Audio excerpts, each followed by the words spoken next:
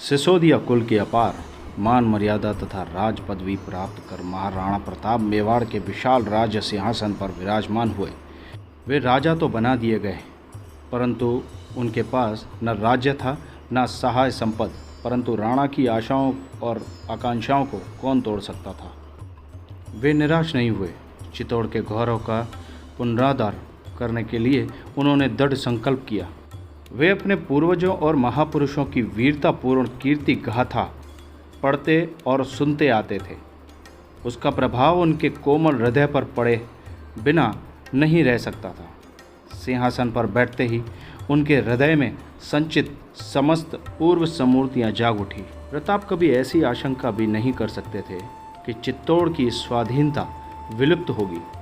मुगल सम्राट अकबर शाह के प्रभाव में आकर प्रताप के अंतिम में स्वजन भी प्रताप के विरोधी बन गए थे। मारवाड़, अंबर, बीकानेर और बूंदी के राजाओं ने भी मुगल सम्राट प्रलोभन में पड़कर अपनी स्वाधीनता और जातीयता को दिलीश्वर के सिंहासन पर न्यौछावर कर दिया था। राजपूत राजगण अज्ञान बनकर अपनी जन्मभूमि के खुद ही मानो रक्त पिपासु बन रहे थे। राणा प्रताप के सहोदर भाई सागर जी भी उनके दुश्मन बनने से बाज नहीं आए थे। वे मुगल सम्राटों के गुलाम बन गए थे, परंतु महाराणा प्रताप अपनी प्रतिज्ञा से तनिक भी विचलित नहीं हुए। उन्हें माता के दूध की लाज रखनी थी, यही उनकी प्रतिज्ञा थी। इसी से घोर विपत्ति काल में भी वे कभी धैर्य से पीछे नहीं हुए और अपने इस धैर्य एवं साहस के बल पर शक्ति एवं ऐश्वर्य से संपन्न मुगल सम्राट के समस्त आक्रमणों से और चेष्टाओं को विफल करने में समर्थ। लगातार 25 वर्षों तक मुगल सेनाओं के छक्के छोड़ाते रहे।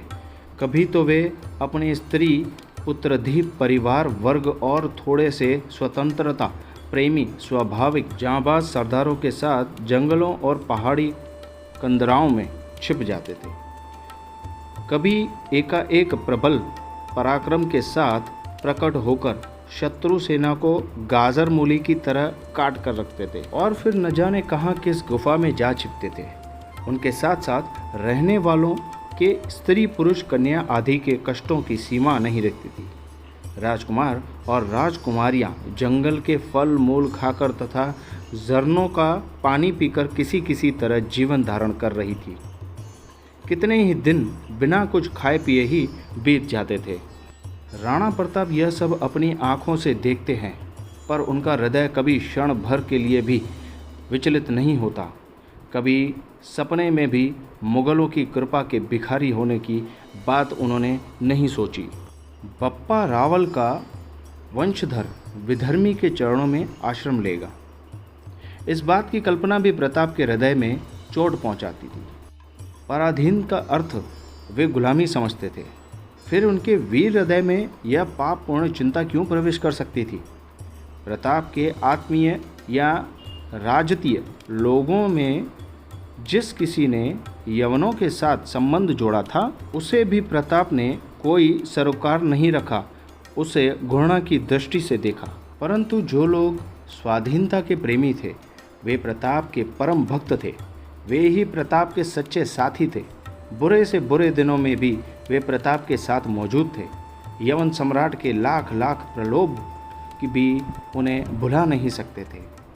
वे सब तरह से प्रताप के थे और प्रताप उनके।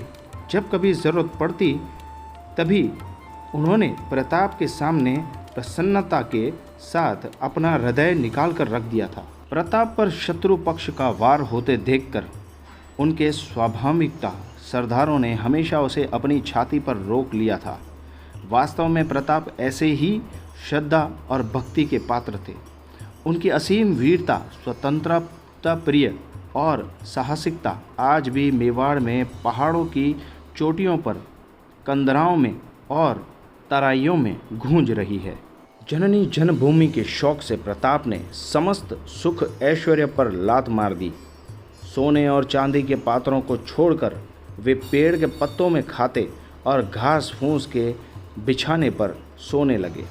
इस प्रकार का संन्यास केवल उन्होंने स्वयं ही नहीं ग्रहण किया, बल्कि अपने समस्त परिवार के लिए भी उन्होंने ऐसी ही कठोर साधना के नियम बनाए थे। इसका मतलब यही था कि जब तक मेवाड़ का मिटा हुआ गौरव पुण्य प्रताप नहीं होता, तब तक किसी प्रकार की विलास सामग्री उपयोग में नहीं लाई जाएगी।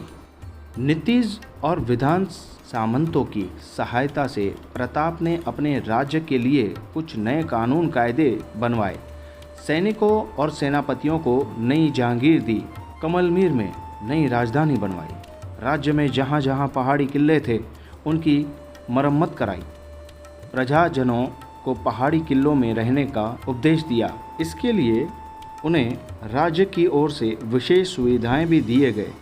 राज्य के हित के लिए ही उन्होंने ये काम किए। राज्य की तमाम समलत भूमि एकदम खाली कर दी। जब तक भयंकर युद्धों का अंत नहीं हो गया, तब तक सारी समलत भूमि एकदम वीरान पड़ी रही, कहीं कोई आदमी नहीं रहा। सम्राट अकबर अजमेर में शिविर स्थापित कर राजपूत राजाओं को पराजित करने के लिए आ पहुँचे। एक एक कर सभी अकबर के चरणों पर झुक गए। कोई बल से, कोई छल से और कोई लोभ से अकबर के अधीन हो गया।